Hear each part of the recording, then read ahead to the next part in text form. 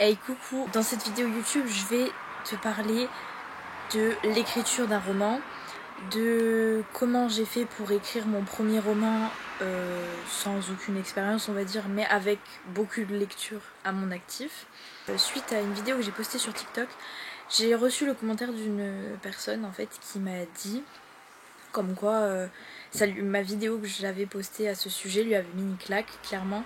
Sauf qu'en fait, elle était bloquée, elle n'arrivait pas à écrire le premier chapitre parce qu'en fait, elle cherchait trop la perfection dans l'écriture justement de ce chapitre. En fait, pour elle, le livre était impeccable dans sa tête et tout, et juste, une fois qu'elle se plaçait devant son livre pour écrire, elle n'y arrivait pas, tout simplement. Perso, ça m'est arrivé plusieurs fois au moment d'écrire mon livre et je me suis dit bah c'est vraiment l'occasion de vous faire une vidéo à ce sujet parce que je pense que ça touche tout artiste confondu, ça touche les musiciens qui n'ont pas forcément d'inspi, les écrivains aussi, ça touche les artistes peintres, enfin bref, tout le panel artistique est concerné. Dans son commentaire, donc la personne disait que c'était difficile de transmettre l'émotion dès le départ dans son livre, et c'est le cas, c'est compliqué, mais le but d'un prologue ou du premier chapitre, oui certes il faut introduire l'histoire, mais c'est pas de tout dévoiler, parce que si on commence à tout dévoiler dans le chapitre 1, bah dis-toi bien qu'il n'y aura plus rien à dire à la suite du livre.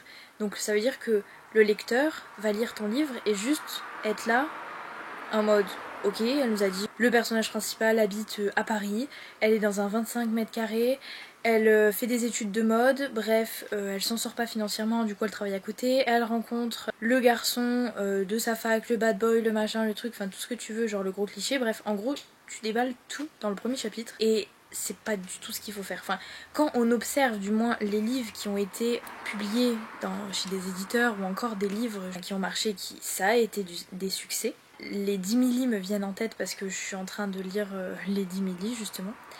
Et en fait, dans son premier chapitre, oui, elle présente le personnage principal, enfin il faut un minimum. Mais je pense que pour commencer un premier chapitre, le plus important c'est de commencer par un dialogue ou une scène d'action ou quelque chose qui nous met direct dans le livre et qui nous donne envie de lire la suite. Justement, laisser le suspense à la fin de ce chapitre et continuer sur autre chose, mais passer justement à autre chose dans le prochain chapitre. Pas forcément continuer le dialogue ou donner la réponse au chapitre d'avant. Il faut étendre l'intrigue et le suspense. C'est assez important quand même ça. Pour maintenir le lecteur en haleine jusqu'au bout du livre, c'est ce qui est important.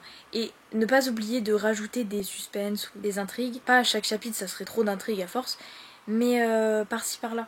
D'en semer comme le petit poussé sur le chemin avec les cailloux. Bah là c'est ça le but en fait. De laisser des indices un peu partout et juste d'écrire. Et en fait le lecteur même en lisant le livre, il oublie les petits indices que t'as laissés. Et après il relit, enfin dès que tu réabordes l'indice plus tard dans ton livre, lui il se dit ah oui c'est vrai tiens, on m'avait teasé là-dessus donc purée c'est important quand même, c'était important ce passage et c'est toujours important. Ensuite, être un minimum organisé et savoir ce qu'on veut dire dans l'histoire, pour justement pareil pas trop en dire. Juste bien connaître son histoire, bien connaître ses personnages, au moins savoir ce qui va se dérouler. Je dis pas savoir exactement ce qui va se passer chapitre par chapitre, mais surtout connaître ce qui va se passer au fil de l'histoire, du moins les grands points importants. Ah oui, et aussi un autre point que je voulais aborder, c'est l'excitation du premier chapitre. C'est-à-dire que au début, on écrit le premier chapitre et tout. Bon, même si on sait pas trop où on va ou on sait pas trop comment faire, puisque normal c'est le premier chapitre, donc c'est totalement logique. Mais l'excitation des premiers chapitres d'écriture, elle se perd un peu au fil de l'histoire.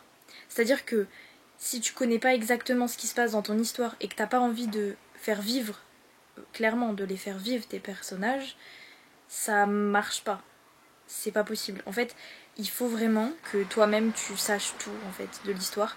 Je sais que perso, ce que j'ai fait de mon point de vue, c'est que je savais exactement chacun de mes personnages, quelles relations ils avaient entre eux, les surnoms qu'ils pouvaient se donner aussi, parce que ça c'est très important, les dialogues, certains dialogues qui étaient importants pour des futurs chapitres, je les notais dans mes notes de téléphone ou dans mon brainstorming.